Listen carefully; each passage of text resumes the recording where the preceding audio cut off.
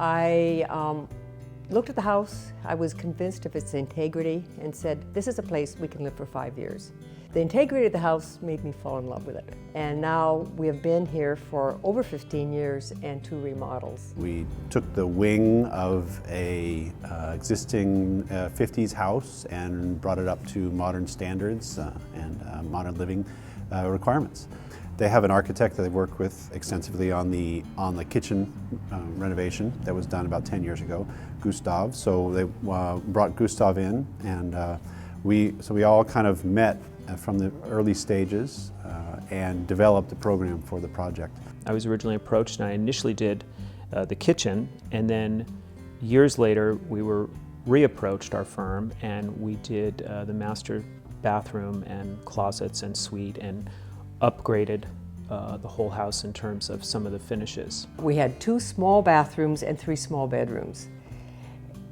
Non-functional, everything stopped working, and it was dark and cramped. Those were very tight bathrooms. A typical 1952 bathroom in a home like this was probably 5 feet by 8 feet, which was very, very tight to get today's modern standards. The countertops were very low.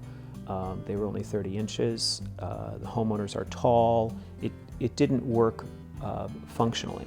So with this particular project, when you look down through the bathroom, there's a window, on center with the door. So when the door is open, you're going to see basically outside and through.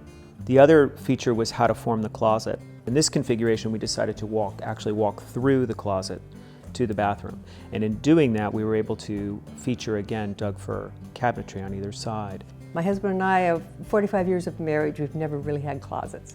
So that's another really great feature that the architect and Hammer and Hand worked together with. And that's very satisfactory. And I love the use of the fir, the use of the painting, and the combination of the tiles and the wood floors. I think the craftsmanship and the design work so well together that also leaves a better footprint and leaves a very meaningful space, and that's really great when that kind of